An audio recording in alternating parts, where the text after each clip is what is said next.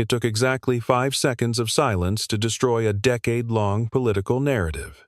On the 23rd of January 2026, inside the cavernous Senate Judiciary Committee hearing room, the atmosphere was charged with an electricity that usually precedes a natural disaster.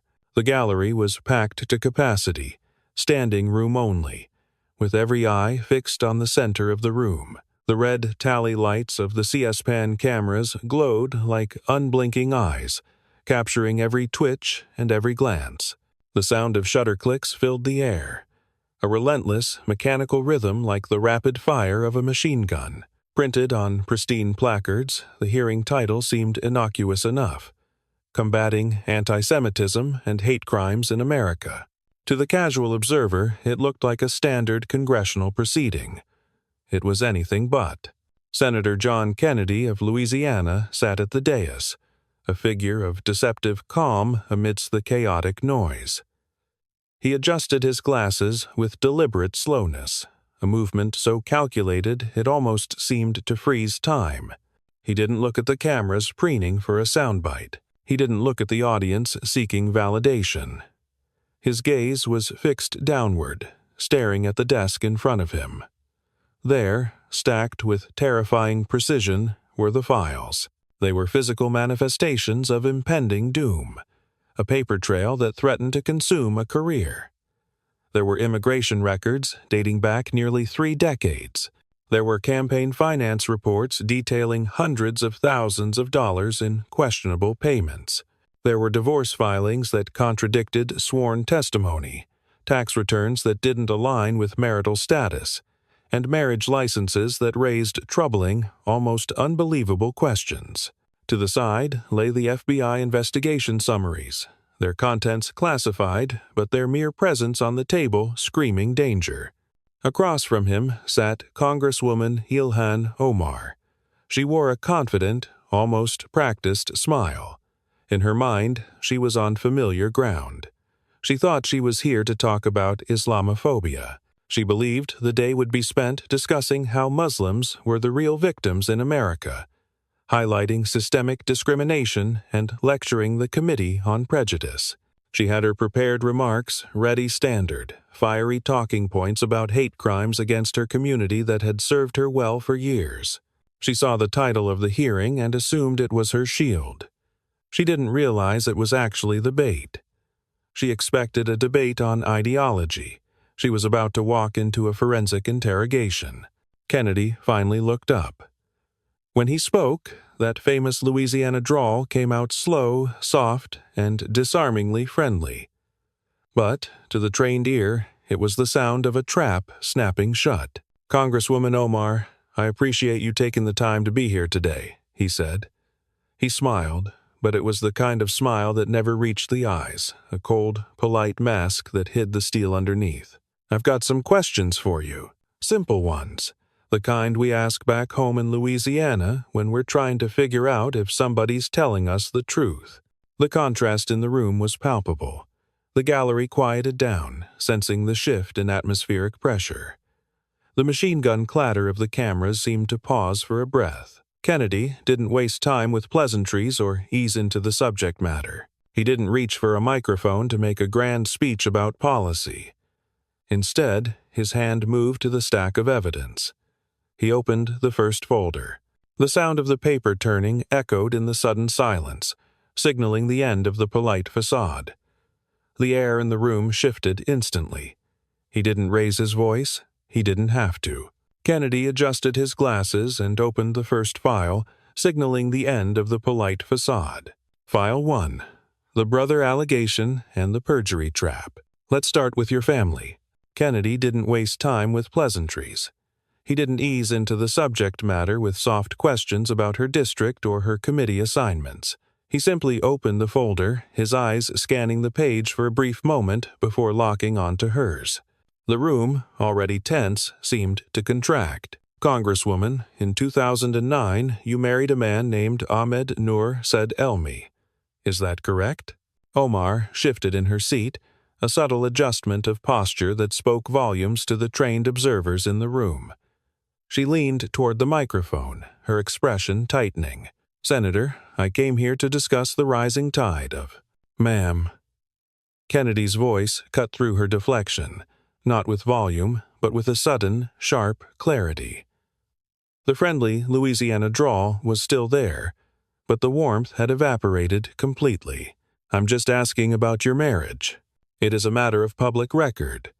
You married Mr. Elmy on February 12th, 2009. Yes or no? The gallery leaned forward, a collective holding of breath. The cameras focused in, zooming tight on Omar's face. Yes, she admitted, quickly adding, but these allegations have been— Thank you. Kennedy pulled out another document, setting it down on the dais with deliberate care. Now, there are serious allegations, very serious, that Mr. Elmy is your brother. Your biological brother. Is that true? The reaction in the room was visceral. You could hear the sudden eruption of camera shutters, click, click, click, click, rapid fire like a machine gun, capturing the Congresswoman's reaction frame by frame. Omar's face hardened, her jaw setting into a defiant line. Senator, these are disgusting lies that have been thoroughly— Congresswoman. Kennedy held up one hand, a gesture that was gentle yet commanding. I didn't ask if they were disgusting. I asked if they were true. It is a simple question. Is Ahmed Nur Said Elmy your brother? Pause. 3 seconds, 5 seconds. The silence stretched, heavy and suffocating. No, she finally said. Okay. Can you provide documentation proving that? Birth certificates showing different parents, family records, DNA tests, maybe? Senator, the infrastructure in Somalia collapsed during the Civil War. Birth certificates were. I understand that, ma'am. Truly, I do. Kennedy nodded, appearing almost sympathetic before delivering the pivot. But you became a United States citizen in 2000. You had to prove your identity then. You've had 26 years to gather documentation. Can you prove Mr. Elmy is not your brother? Omar looked at her lawyer, who shook his head slightly, a microscopic signal to stop talking. I've already addressed these false allegations in multiple— You've denied them. That's different from disproving them. Kennedy's voice never rose. It stayed in that dangerous register, calm, reasonable, deadly. He reached into the file again, pulling out another document. Let me read from your divorce filing, December 20th, 2017. You stated under oath. He looked at her over the rim of his glasses, emphasizing the words, under oath, ma'am, that you had no contact with Mr. Elmy since June 2011. No contact for 6 years. Is that what you testified? That's what the filing states. But Congresswoman, Kennedy reached for a stack of printed images, laying them out on the table like a winning poker hand. We have photographs, social media posts, address records, all showing you and Mr. Elmy at the same locations, same addresses in 2016, 2015, 2014. He slid them across the smooth surface toward her. She didn't look down. How do you explain that? You testified no contact since 2011. The evidence shows contact through 2016. One of those things has to be false. Senator, I'm not going to answer questions about unverified photographs They're from his social media accounts, ma'am. Time-stamped, geotagged his own posts. Were you in contact with Mr. Elmy between 2011 and 2017? Her lawyer leaned in hard, whispering urgently into her ear. Omar's hand trembled slightly as she reached for her water glass, the ice clinking against the crystal. I'm not going to answer questions that could be construed as evidence of perjury. Kennedy tilted his head, smiling that smile again. Congresswoman, lying under oath in a divorce proceeding is perjury. That's a felony. Are you refusing to answer because the truth would incriminate you? Chairman Durbin's hand moved toward his gavel, sensing the danger. Senator Kennedy, I think we're straying from the subject of this hearing. Mr. Chairman, Kennedy turned, his expression unyielding. The Congresswoman is here to testify about anti-Semitism and hate. I'm establishing credibility. If she lied under oath about her marriage, why should this committee believe anything else she says? Durbin grimaced, looking uncomfortable, but nodded slowly. Keep it relevant. Kennedy turned back to Omar, taking his time, letting her sit with the accusation. Let me make this real simple. Yes or no questions. Ahmed Noor, said Elmi. Is he your brother? Will you release your immigration records to prove it? I've been advised by counsel not to. Will you take a DNA test? Clear this up once and for all. This is harassment, Senator. And will you provide birth certificates showing he's not your brother? They don't exist because the Civil War. Kennedy held up his hand again. Congresswoman, you know what we call it in Louisiana when somebody makes a serious allegation against you and you refuse to provide any evidence at all to clear yourself. Omar glared, silent. We call that guilty, because innocent people want to prove they're innocent. They want to clear their name. They don't hide behind lawyers and excuses. He pulled out another file, thicker than the first. Let's talk about your taxes.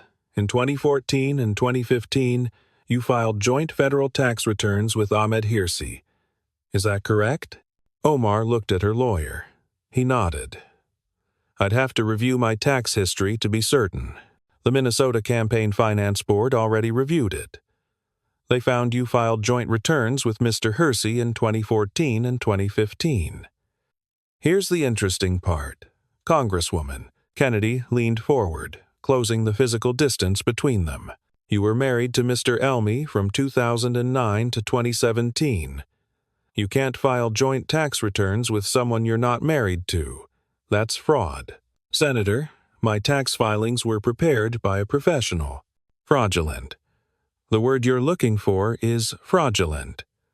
Kennedy's voice dropped lower, quieter, more dangerous. You filed joint tax returns with a man you weren't married to while you were still legally married to another man. Who might be your brother? You know what we call that, where I'm from? He let the question hang in the air. 10 seconds, 15. The silence was deafening, amplified by the sudden cessation of camera clicks. The entire room waited for the punchline. We call that a crime spree. Omar tried to speak. Her mouth opened, but nothing came out. Her lawyer whispered again, typing furiously on his phone. I don't have to answer these politically motivated. Tom Homan, the border czar. Kennedy interrupted, citing the authority with precision. He confirmed last month that Homeland Security Investigations is actively investigating you for immigration fraud. That investigation is happening right now, today, as we speak. Kennedy looked at her directly, his eyes boring into hers. So, here's my question, Congresswoman. He set down all the documents, the marriage license, the tax returns, the social media evidence, the divorce perjury, the HSI investigation summary.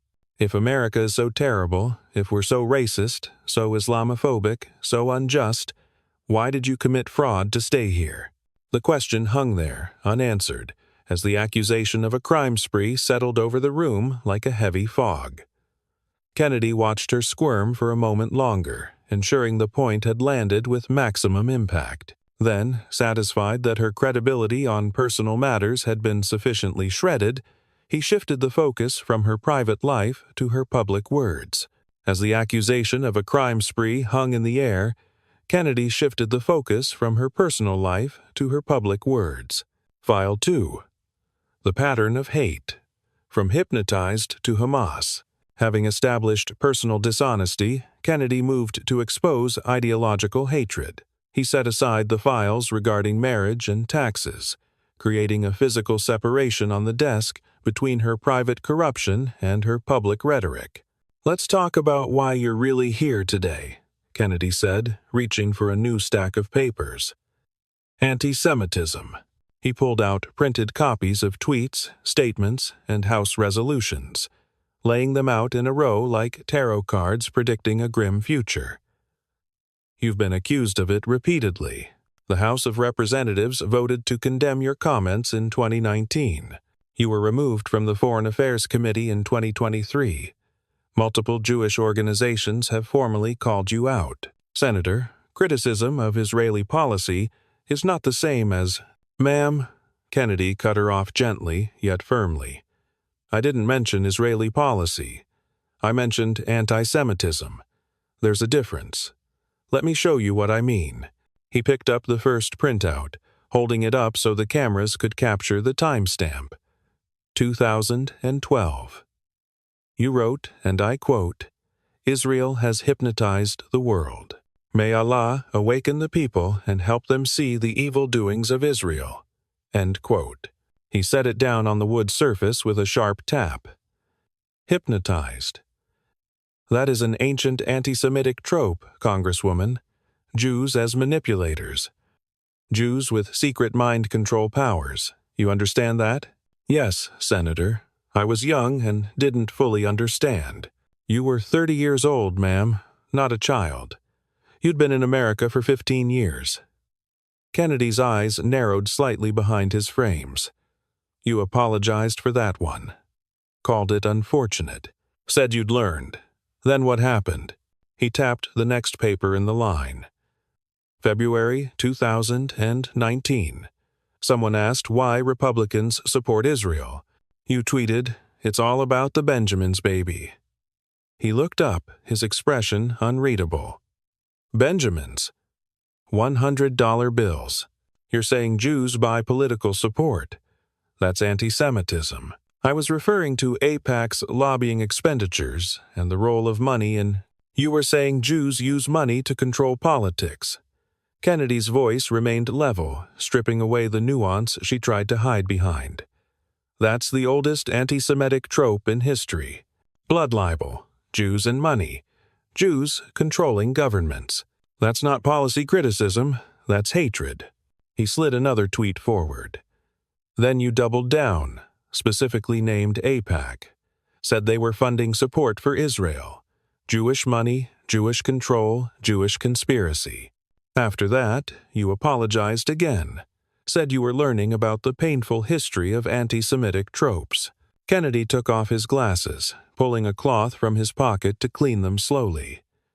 The action was deliberate, a moment of theatrical pause that forced the room to wait for him. He put them back on, adjusting the fit. Learning. At age 36, after being elected to Congress. After 36 years on Earth, you're just now learning that saying Jews control politics with money is anti-Semitic. Senator, I have consistently stated my support for the Jewish community while maintaining the right to. Congresswoman? Kennedy held up his hand. You know why people don't believe your apologies? He didn't wait for an answer. Because you keep doing it. 2 weeks after that apology, you spoke at an event. Said Americans shouldn't have to push for allegiance to a foreign country. Allegiance to a foreign country. That's the dual loyalty smear, suggesting Jewish Americans are more loyal to Israel than to America. I was discussing the influence of lobbying organizations on. You were questioning the loyalty of American Jews. The Louisiana drawl hardened, revealing the steel underneath. Nancy Pelosi condemned you. Jerry Nadler, a Jewish Democrat from your own party, condemned you. Your own Democratic leadership said you crossed the line. Did you stop? He pulled out another document. June 2021.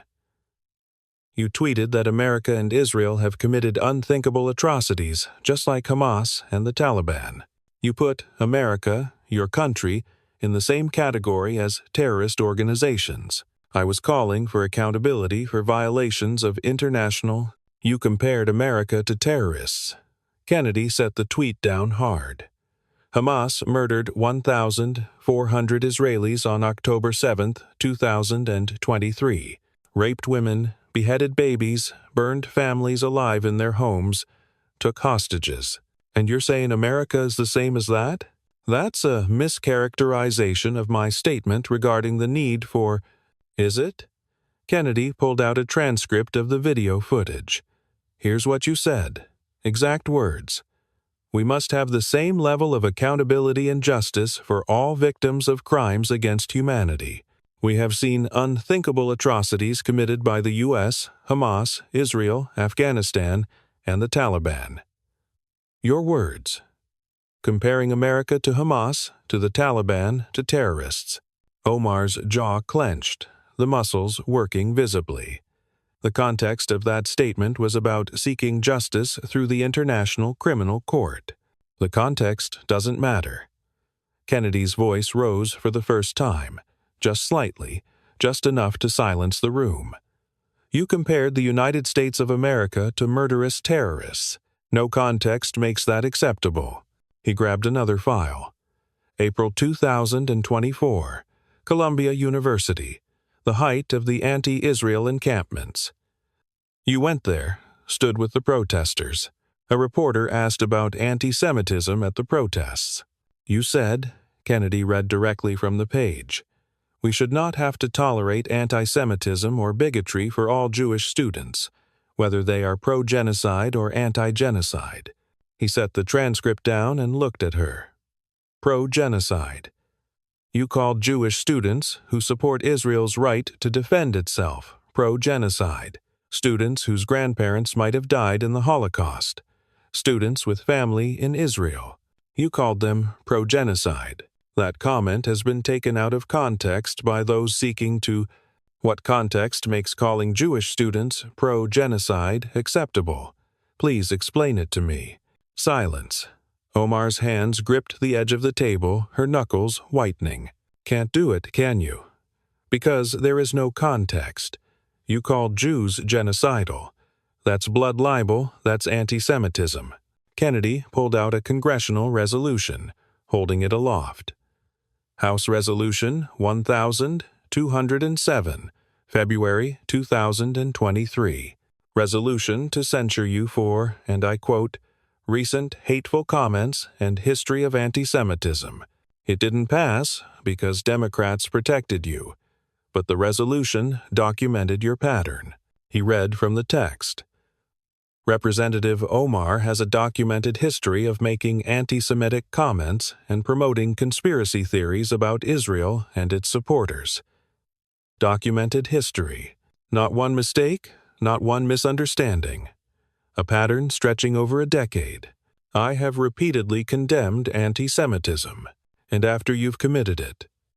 That's not condemnation, Congresswoman. That's damage control. Let me ask you something. Kennedy leaned back in his chair. How many times do you get to apologize for the same offense before we stop believing you? No answer came. I'll tell you, 0. You're out of chances. Every major Jewish organization in America knows it. The American Jewish Committee, the Anti-Defamation League, AIPAC. All of them have condemned you. Your own Democratic colleagues know it. They just won't say it publicly because they need squad votes. Kennedy gathered the tweets, the statements, and the House resolutions, stacking them neatly into a tower of evidence. You know what's really sad about this, Congresswoman? The Jewish community welcomed you. When you first got elected, they reached out, invited you to synagogues, offered to educate you. After every incident, Jewish members of Congress tried to help, tried to explain why your words hurt. And how did you repay that kindness? More anti-Semitism, more slurs, more conspiracy theories, more hatred. For 10 years. That's not mistakes. That's not ignorance. That's hatred. Omar's lawyer whispered urgently, but she shook her head, staring straight ahead. Congresswoman, you came to America as a refugee. You know what that's like, being persecuted, being driven from your home. Jews have been refugees throughout history, persecuted for thousands of years, 6 million murdered in the Holocaust. You should understand that better than anyone. But instead, you mock their pain. You question their loyalty. You compare their self-defense to terrorism. You call their students genocidal. Kennedy pulled out one more document. The American Jewish Committee Statement. They write, Representative Omar has a Jewish problem. Despite her repeated denials, there's an unmistakable pattern." He looked up. "A pattern. That's the key word, ma'am. Not a mistake, not a misunderstanding. A pattern of anti-Semitism spanning more than a decade. Senator, I have Jewish constituents who support me and understand that. Tokenism." Kennedy cut her off abruptly. "That's what that's called. Some of my best friends are Jewish. It is the oldest defense in the book. It doesn't make your comments any less anti-Semitic. It doesn't make your pattern any less clear." He gathered all the evidence, tweets, statements, condemnations, videos, House resolutions, and stacked them in a pile in front of her. "Here's the truth, Congresswoman. You don't have a problem with Israeli policy. You have a problem with Jews. You've proven it over and over and over. And the reason we know it's not about policy is simple." He leaned forward, engaging her directly. "You don't talk about China's genocide of Uyghurs. You don't talk about Iran's oppression of women. You don't condemn Hamas's terrorism. You don't mention Hezbollah's attacks. You save all your outrage for one country, the Jewish state. That's not about human rights. That's about Jews. That's absolutely false. I've spoken extensively about human rights violations around the show me one tweet calling out Hamas, one speech condemning Hezbollah, one protest about Iran executing women for not wearing hijab. Just one." Silence stretched across the room. "Can't do it. Because your obsession isn't with human rights, it's with Jews. And that, Congresswoman, makes you an anti-Semite." Kennedy picked up his pen, made a brief note, and set it down. "If America is so racist and terrible, why did you commit fraud to stay here?" He looked at her. "And if Jews are so evil, why did they keep trying to help you, to educate you, to forgive you?" Omar stared at the table, saying nothing. "Some people did something," Kennedy said quietly, his voice dropping to a whisper that carried across the room. "Isn't that how you describe things you don't want to talk about?" Kennedy let the silence breathe before uttering 4 words that defined the next phase.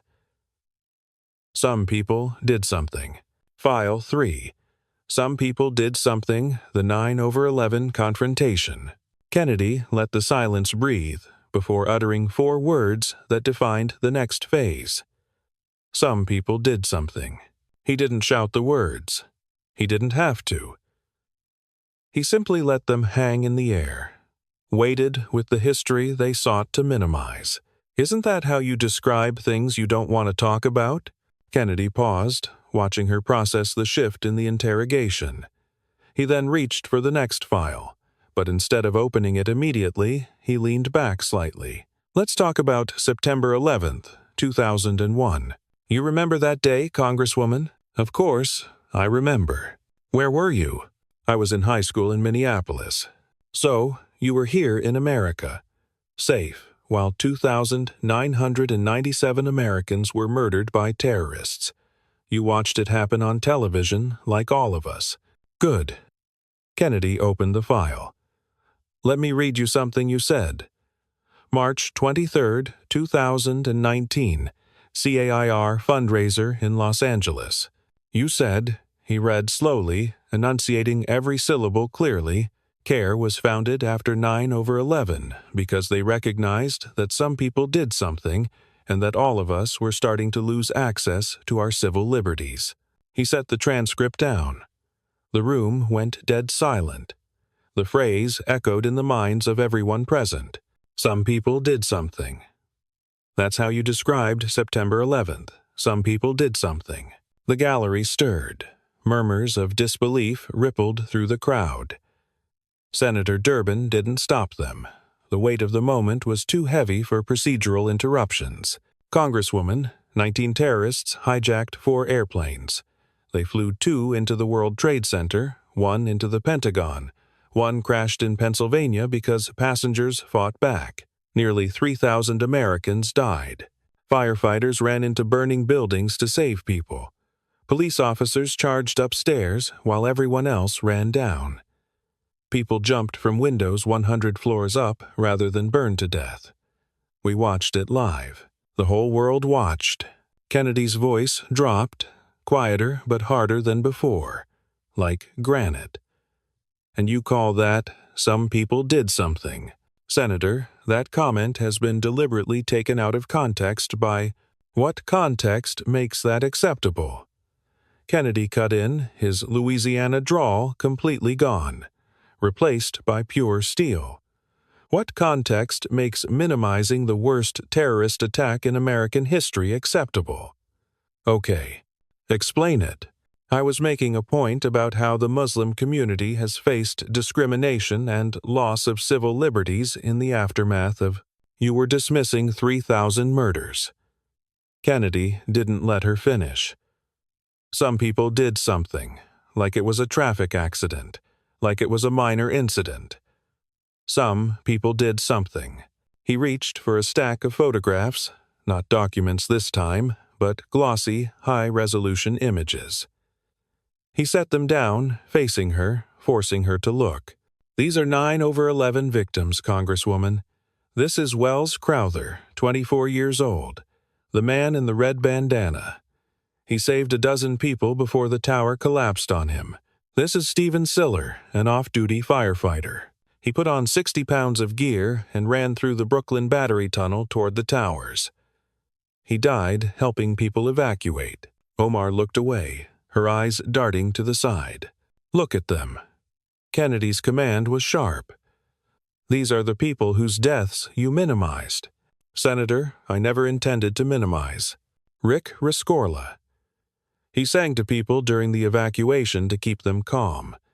He was last seen heading back in to save more. Father Michael Judge, a Catholic chaplain, giving last rites to the dying, killed by falling debris. Kennedy spread more photos across the table, his eyes never leaving Omar's face.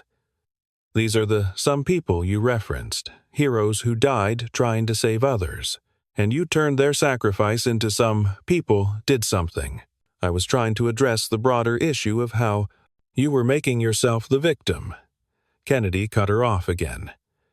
In your worldview, the real tragedy of 9/11 wasn't 3,000 dead Americans. It was that Muslims faced a loss of civil liberties afterward. You made it about Muslim victimhood, not American deaths. He pulled out another document from the pile. Here's what's interesting. You said CARE was founded after 9/11. That's false. CARE was founded in 1994, 7 years before 9/11. You got the basic facts wrong while minimizing mass murder. I misspoke about the founding date, but you lied. Or you didn't bother to check. Either way, you used a false narrative about 9/11 to claim Muslim victimhood while dismissing actual victims. 3,000 people murdered, and you made it about yourself. Kennedy picked up one final photo, holding it up for the cameras and for her. Nicholas Haros, Jr. His mother, Francine, died in the North Tower. On the 18th anniversary of 9/11, he gave a speech. He was holding his mother's photo. Want to know what he said about you? Omar wouldn't look at the picture. She stared intently at the table. He said, Congresswoman Omar, I hope you never forget that day was the result of hate. Some people did something. Are you kidding me? My mother was attacked. Our constitutional freedoms were attacked, and you said some people did something. Shame on you. Kennedy set the photo down gently, almost reverently, next to the others. Shame on you. Those were his words. The son of a 9/11 victim. Shame on you. He looked at her, his expression filled with a mix of disappointment and resolve. She was still staring at the table, refusing to meet his gaze. And you know what? He's right. Shame on you for minimizing the murder of his mother. Shame on you for turning terrorism into some people did something. Shame on you for making yourself the victim of an attack that killed 3,000 Americans. Kennedy gathered the photos and the transcripts, organizing them neatly. After 9/11, America didn't intern Muslims. We didn't deport Muslims. We didn't ban Islam. President Bush went to a mosque, told Americans not to blame all Muslims, protected mosques from retaliation. even after 19 Muslim terrorists murdered 3,000 Americans. We didn't punish the Muslim community. And this is how you repay that restraint: by minimizing the attack, by lying about CAR, by claiming Muslims are the real victims, by saying some people did something. Omar's hands were shaking visibly now. Her lawyer had his head in his hands, sensing the complete collapse of her defense. You know what the squad does, Congresswoman? You take every American tragedy and make it about yourselves. 9/11. Muslim victimhood. Israel defending itself from Hamas. Genocide. Police shooting a criminal who's shooting at them. Systemic racism. Everything is grievance. Everything is oppression. Everything is victimhood. He paused, letting the weight of his words settle. But you're not victims. You're members of Congress. You have power, privilege, wealth. You flew to Columbia University on our dime, wore expensive clothes, had security details to support protesters calling for Israel's destruction, and you stood with them, called them the victims. Kennedy leaned forward, his voice quiet but intense. If America is so terrible, Congresswoman, if we are so racist, so cruel, so unjust, why did you commit fraud to stay here? Why not go back to Somalia? The question hung in the air, unanswered and unanswerable. The emotional weight of 9/11 hung heavy, but Kennedy wasn't done. He had to follow the money. File 4. The lover, the money, and the betrayal. Let's talk about how you spend your supporters' money. Kennedy shifted gears again, his movements precise and deliberate. He pulled out a new file, thick with financial records, and opened the Federal Election Commission complaints. Your campaign paid a man named Tim Minott, E Street Group, his consulting firm. Between July 2018 and March 2019, you paid him $230,000. He slid the payment records across the table, the numbers stark against the white paper. For consulting, digital communications, travel expenses. $230,000 in 8 months. That's a lot of money, Congresswoman. Omar reached for her water again, her hand unsteady. She didn't touch the documents. Here's where it gets interesting. Kennedy pulled out a copy of divorce filings. August 2019. Tim, Minott's wife, Beth, filed for divorce. In her complaint, she said, and I'm reading directly from court documents, that Tim told her he was romantically involved with Representative Ilhan Omar. The room erupted. The sound of camera shutters reached a fever pitch, a frantic clicking that sounded like hail on a tin roof. The gallery gasped, a collective intake of breath that sucked the oxygen out of the room. Senator Durbin banged his gavel, calling for order, but the damage was done. Kennedy waited for the noise to subside, his eyes never leaving Omar. Romantically involved, he repeated, savoring the words. That means an affair, Congresswoman. While he was married. While you were married. And during that affair, your campaign paid him $230,000. Senator, my personal relationships are not the subject of... Your campaign finances are the subject, Kennedy shot back. Your use of donor money is the subject. He pulled out more documents. Beth Minott's divorce complaint states that Tim's recent travel and long work hours now appear to be more related to his affair with Representative Ilhan Omar than with his actual work commitments. He looked at her, his expression hard. You used campaign money to pay your lover's travel expenses. Money the donors gave you. Hard-earned money from supporters who thought it was going to campaign for progressive values. Instead, it paid for your affair.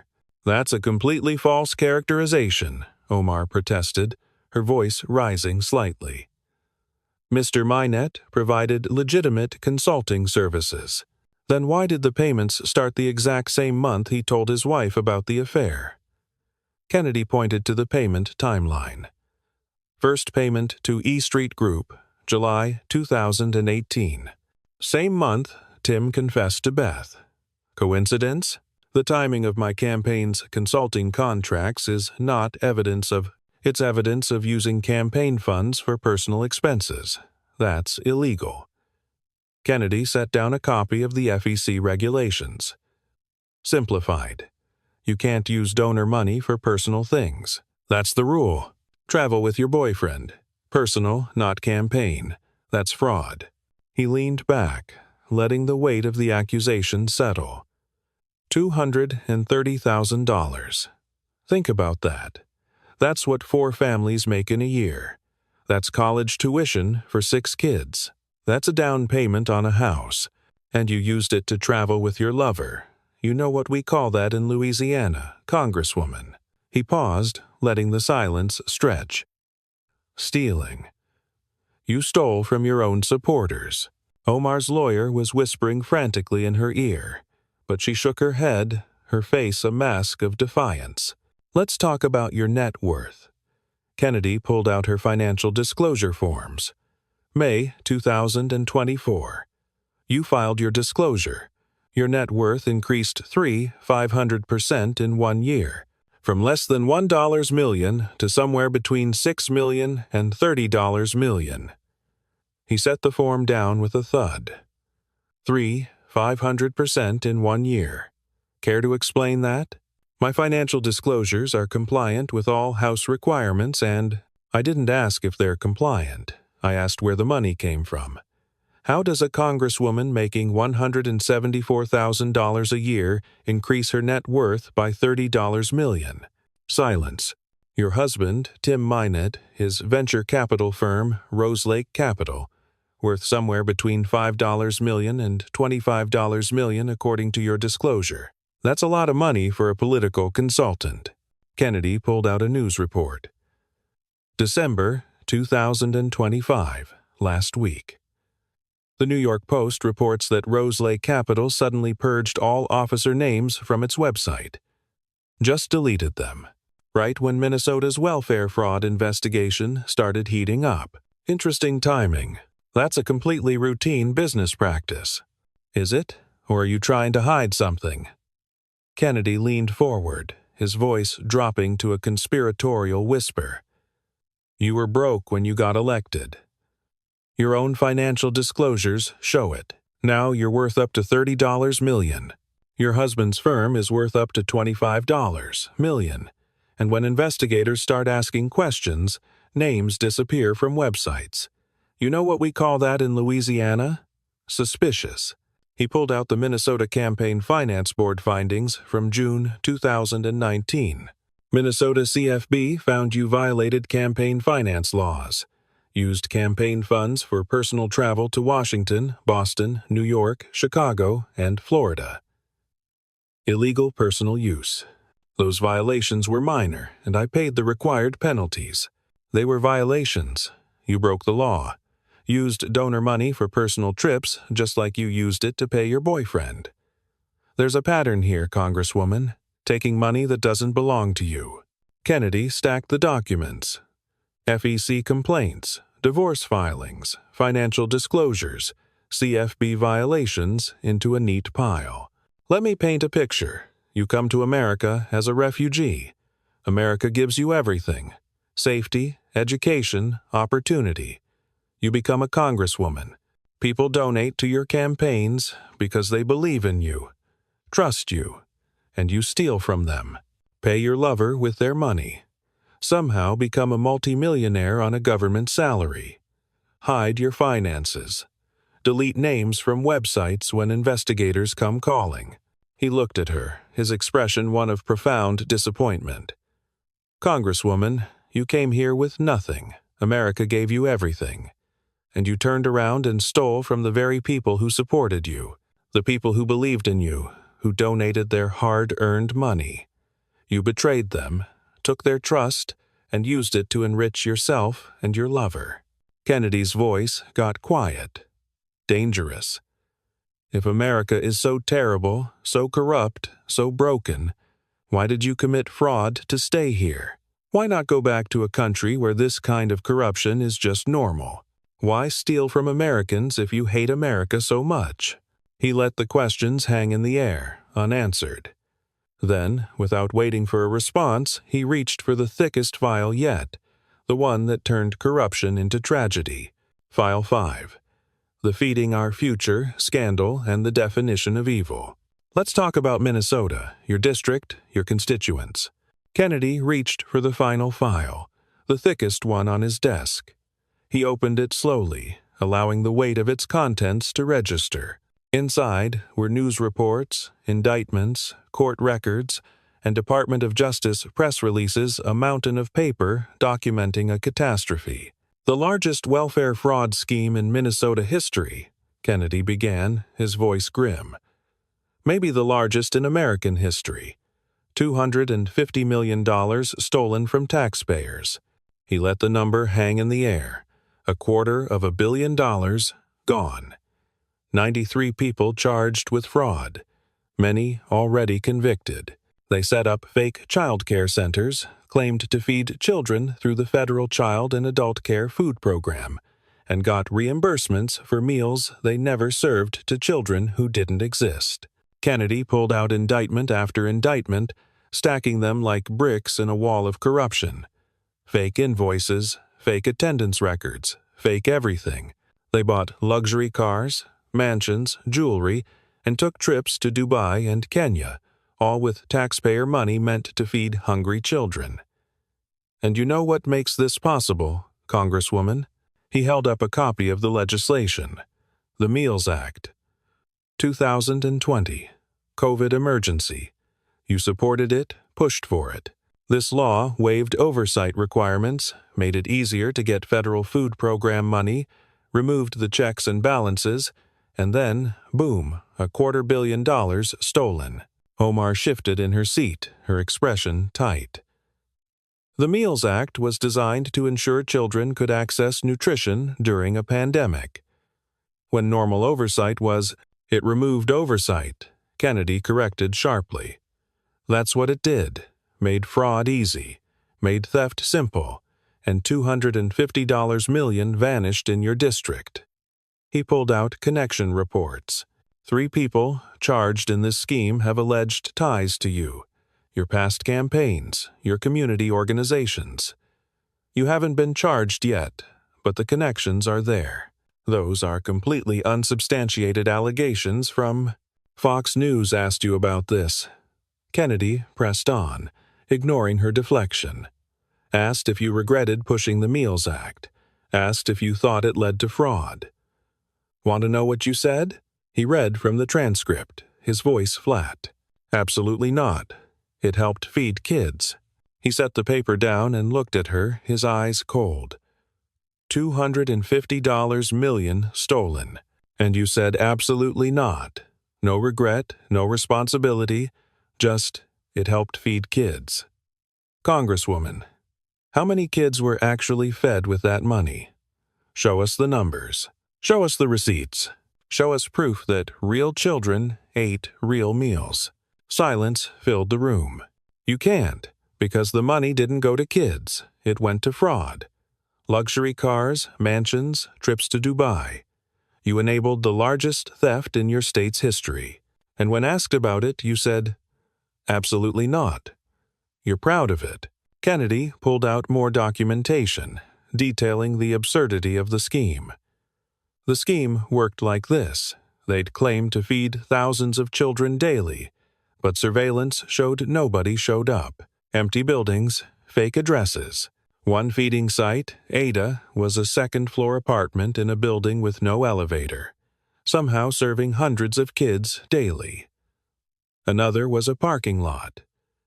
Feeding thousands in a parking lot. Federal investigators found it all.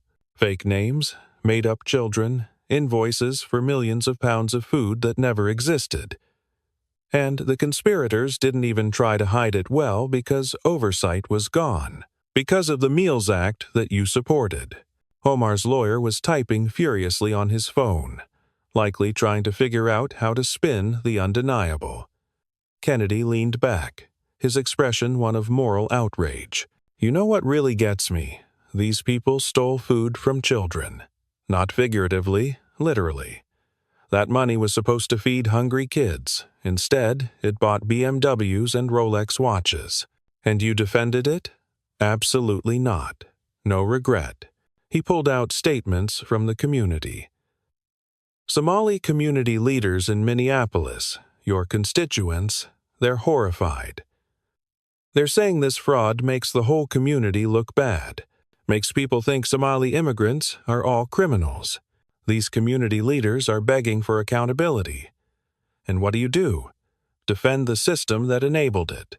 Kennedy gathered the indictments, the news reports, and the legislation, holding them together as a testament to failure. Congresswoman, you came to America as a refugee. You know hunger. You spent 4 years in a refugee camp. You know what it's like to wonder where your next meal comes from. You should understand better than anyone how precious these food programs are. And you enabled people to steal from hungry children. $250 million that could have fed hundreds of thousands of kids. Gone, stolen, wasted on luxury. He looked at her, and for the first time, she wouldn't meet his eyes. She stared down at the table, her defiance crumbling under the weight of the moral contradiction. You stood in that refugee camp as a child, hungry, desperate, waiting for America to save you. And America did. We took you in, fed you, gave you everything. And then you helped people steal from children just like you used to be. Kennedy's voice dropped to a whisper, cold and unforgiving. You know what we call that in Louisiana? Evil. Not just corrupt, not just wrong. Evil. Stealing food from children is evil. If America is so terrible, so racist, so cruel, why are people committing $250 million frauds to steal from us? Why did you commit fraud to stay here? And why are you proud of enabling the largest welfare theft in state history? Kennedy sat back, the evidence piled high, ready to deliver the final verdict. This wasn't just numbers, this was food taken from the mouths of children. He let the word evil hang in the air. The final verdict. A legacy of ingratitude. The interrogation was over. The facts were all there, laid out in black and white on the mahogany table. It was a graveyard of credibility, a pile of evidence that no spin doctor could resurrect. Immigration fraud, perjury, anti-Semitism, the mockery of 9/11 victims, campaign theft, the enabling of massive welfare fraud. Kennedy looked at the woman who had been given everything by the country she despised. He saw the pattern clearly now, and he wanted the world to see it too. Congresswoman, you came to America with nothing, he said, his voice quiet but carrying to every corner of the room.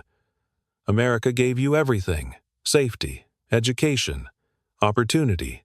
You became a congresswoman. People donated to your campaigns because they believed in you, trusted you, and you stole from them. You paid your lover with their money. You somehow became a multimillionaire on a government salary. You hid your finances. You deleted names from websites when investigators came calling.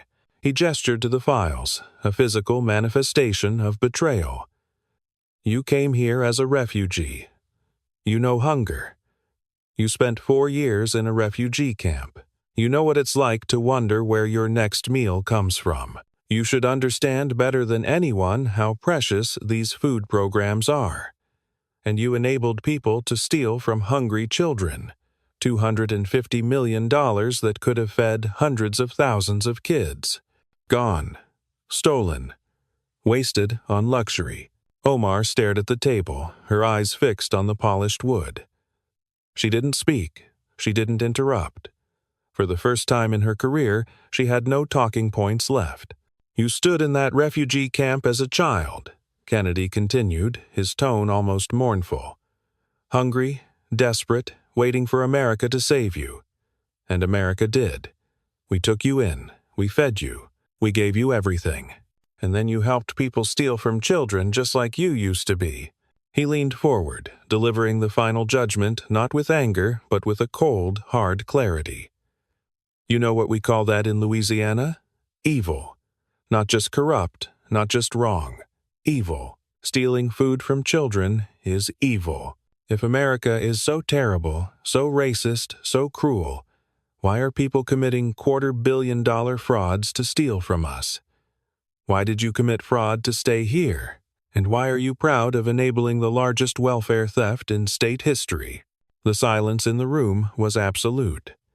It wasn't the silence of respect. It was the silence of a verdict being delivered. There were no more questions to ask. The files on the desk spoke louder than any testimony.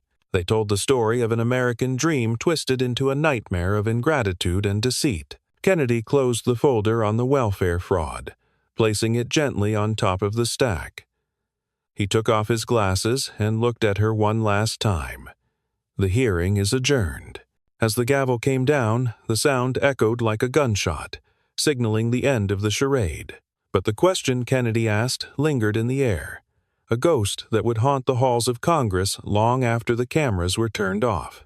If the country that saved you is so evil, why did you break every law to stay? The silence in the room was the only answer needed.